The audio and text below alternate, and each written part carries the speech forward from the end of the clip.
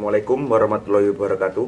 Perkenalkan, nama saya Dian Sampai Nugroho dari S1 Pendidikan Teknik Mesin 2020 Produksi. Di sini saya akan mempresentasikan PPT tentang produktivitas mobil kren dalam pembangunan gedung bertingkat. Berikut adalah materi yang akan saya bawakan.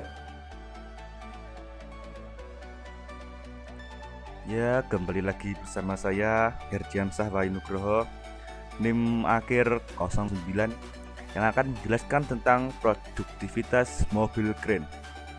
Sebelumnya, ada yang sudah tahu pengertian dari kren? Belum tahu kan?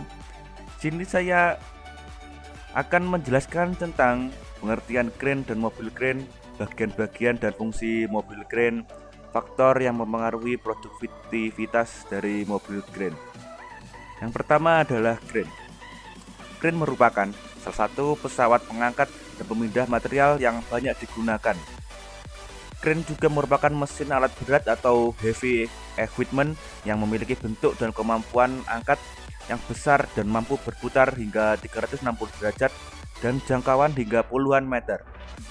Kren biasanya digunakan dalam pekerjaan proyek, pelabuhan, perbengkelan, industri, pergudangan, dan lain sebagainya. Yang kedua ada mobil kren. Mobil kren atau derek bergerak adalah salah satu alat yang berfungsi untuk mengangkat atau menurunkan material dengan beban berat dan memindahkannya secara horizontal. Fungsi mobil kren dapat menjadi pilihan efektif bagi perusahaan konstruksi karena prinsip dasar alat gerak yang dapat memudahkan proses perpindahan material dengan jarak pendek serta juga dapat menjadi komponen pendukung dalam membuat tower crane atau derek jangkung. Jenis derek ini juga dinilai efisien karena tidak memerlukan terlalu banyak biaya untuk tambahan alat khusus. Tipe-tipe dari mobil crane ada dua jenis. Yang pertama ada mobil crane dengan kendali kabel atau crawler crane. Yang kedua ada mobil kren dengan kendali hidrolis atau mobil kren hidrolik. Pertama ada mobil kren dengan kendali kabel atau crawler. Crawler kren atau sering disebut kren beroda rantai merupakan sebuah kren dengan crawler terdiri atas satu set truk yang menempel pada link untuk bergerak atau berpindah dengan cara merayap. Kelebihan kren jenis ini terkenal sangat stabil dan lebih tangguh serta sanggup mengangkat beban sambil bergerak karena tidak memakai outriggers. Crawler crane memiliki dua buah silinder untuk mengendalikan kabelnya sebagai kabel pengangkat utama atau main hoist, dan ada dua silinder tambahan untuk kabel angkat tambahan zip line yang berfungsi untuk mengendalikan boom atau lengan crane. Bagian-bagian dari mobil kren dengan kendali kabel yaitu yang pertama crawler, yaitu untuk memindahkan kren dengan cara merayap di area kerja dengan cara rem motor memutar trek pada sprocketnya. Yang kedua ada superstruktur, yaitu tempat kren berputar atau ruang kontrol operator atau juga tempat peralatan lainnya. Yang ketiga ada counterweight, yaitu bobot yang digunakan untuk menyeimbangkan beban dan berat kren dalam memberikan stabilitas pada saat mengangkat. Yang keempat ada jib, yaitu perpanjangan tambahan yang melekat pada titik boom sehingga memberikan tambahan panjang boom untuk mengangkat beban yang ditentukan. Yang kelima ada hook block, yaitu untuk mengaitkan pada material yang akan diangkut. Dan terakhir nomor 6 ada pulley, yaitu untuk memutar bagian pengait sehingga dapat dinaikkan atau diturunkan. Yang kedua ada mobil kren kendali hidrolis atau mobil kren hidrolik seperti pada gambar. Kren jenis ini banyak digunakan karena mempunyai pergerakan yang cepat dengan didukung kendaraan truk, kelincahan dan kemampuan membelok dengan stabil. Mobil kren ini dipasang pada unit truk. Untuk superstruktur dipasang pada bagian belakang dari chassis truk dan tenaga penggeraknya untuk operasinya terpisah dari tenaga truk. Penggunaan kren jenis ini harus disesuaikan dengan kondisi lapangan, tinggi bangunan yang akan dibangun, karakteristik lapangan, dan juga pertimbangan dari biaya pembuatan bangunan. Dan ini ada bagian-bagian dari mobil crane dengan kendali hidrolis. Yang pertama ada hook block atau pengait. Yang kedua ada hoist kabel atau kabel baja. Yang ketiga ada boom atau lengan crane. Yang keempat ada crane operating cabin atau ruangnya sang operator. Dan kelima ada hoist atau pengendali kabel baja. Yang keenam ada counterweight atau pemberat. Yang ketujuh ada outriggers plate atau penyangga truk. Yang kedelapan ada wheel atau roda. Kesembilan ada two angle undercarriage. Dan kesepuluh ada diesel engine atau mesin.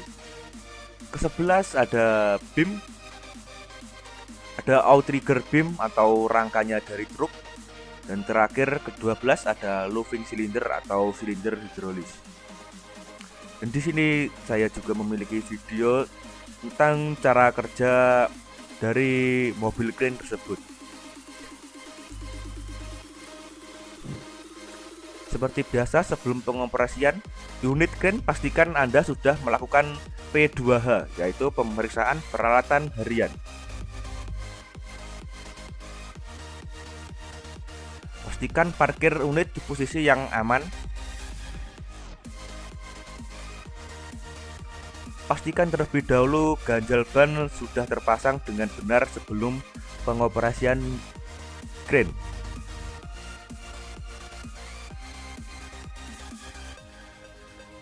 Jangan lupa safety cone atau atur posisinya.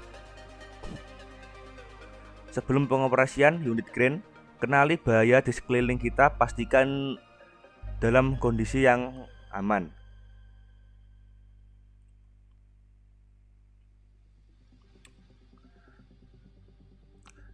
Kita pasang dulu outriggernya.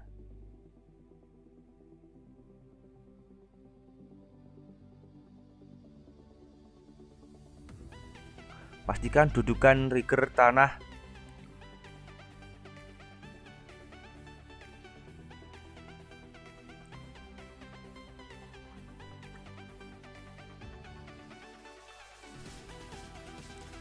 kita harus fokus dalam menjalankan mobil crane.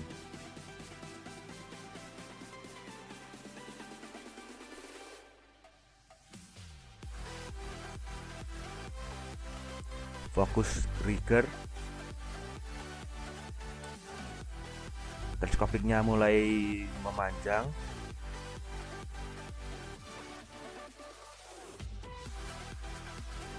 Agak saya cepatkan. Boomnya mulai diturunkan. Lalu kaitkan boom pada benda yang akan diangkat.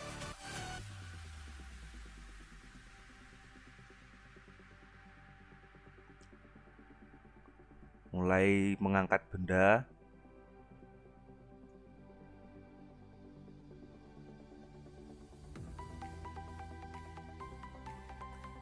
Kita cepatkan.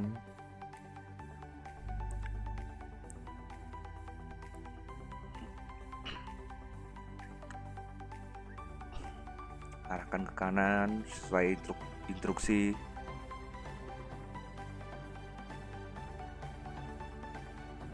Pastikan aman saat swing, beban tidak terayun, dan teleskopik mulai memendek. Pastikan tidak berada di bawah beban, karena kalau nanti beban jatuh atau kenapa-napa, supaya tidak terjadi kecelakaan. Boom mulai diturunkan. Berhenti lalu lepas boom pada kekaitan benda kerja. Oke, boom langsung dinaikkan. Pastikan aman saat melipat alat.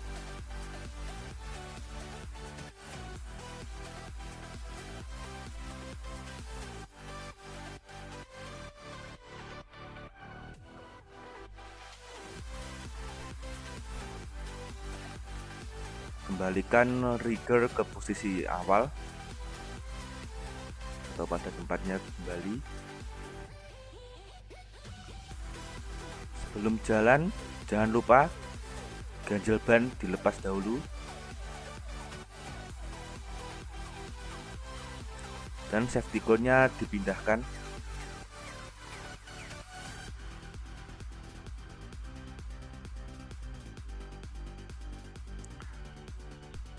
Dan itulah sedikit video tentang cara kerja menggunakan mobil crane. Kita lanjutkan.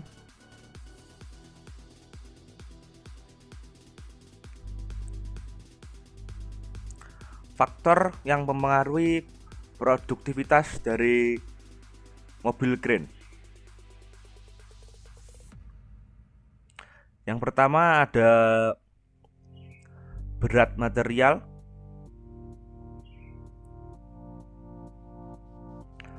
Berat material sangat mempengaruhi terhadap produksi, seperti memuat, mendorong, mengangkat, menghampar terhadap kemampuan operasi alat. Yang kedua ada bentuk material. Ada 3 bentuk material yang dapat diangkat oleh alat berat, yaitu padat, cair, dan padat cair. Material padat dapat dikerjakan dengan bulldozer, power shovel, tower crane, mobil crane, dan lain-lain. Material cair dapat dikerjakan dengan cam sail. Yang ketiga ada kohesivitas material, merupakan daya ikat atau kemampuan saling mengikat di antara butir-butir material. Selanjutnya ada ketinggian alat. Posisi mobil crane harus berada di bawah bangunan yang sedang dikerjakan, sehingga lamanya waktu atau siklus akan bertambah sesuai dengan ketinggian bangunan.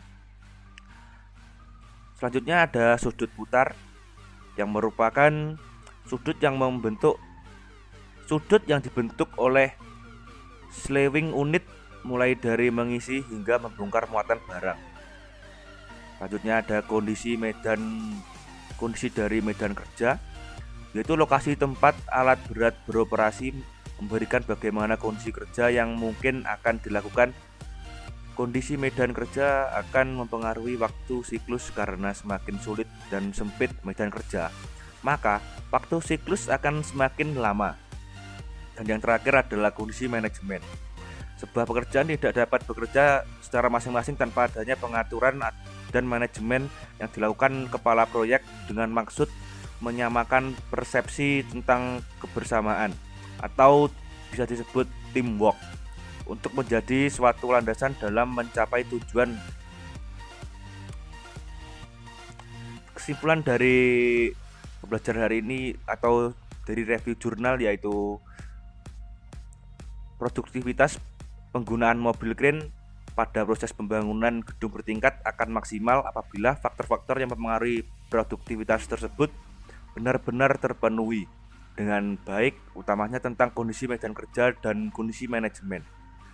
Kondisi manajemen juga sangat mencerminkan bagaimana pengelolaan suatu proyek itu dapat dikelola, sehingga penggunaan alat tersebut jika diatur dengan baik dan pemeliharaan juga baik, maka alat tersebut bisa berdaya guna seoptimal mungkin. Saran yang dapat saya sampaikan yaitu kondisi manajemen proyek perlu diperhatikan dengan baik secara seksama, karena komunikasi antar pelaksanaan baik pada bagian divisi peralatan, operator, dan pekerja yang berada di lapangan agar proses pekerjaan yang memerlukan alat berat bisa berjalan dengan lancar, sehingga dapat mempercepat waktu kerja rencana yang sangat efektif dan efisien. Dan terima kasih sudah menonton video saya dari awal hingga akhir. Muncul virus di Wuhan, jangan lupa jaga kesehatan. Banyak kata kurang berkenan, sudilah kiranya dimaafkan. Bila ada kurang lebihnya saya mohon maaf. Terima kasih. Itulah materi yang dapat saya sampaikan. Ada kurang lebihnya mohon maaf. Assalamualaikum warahmatullahi wabarakatuh.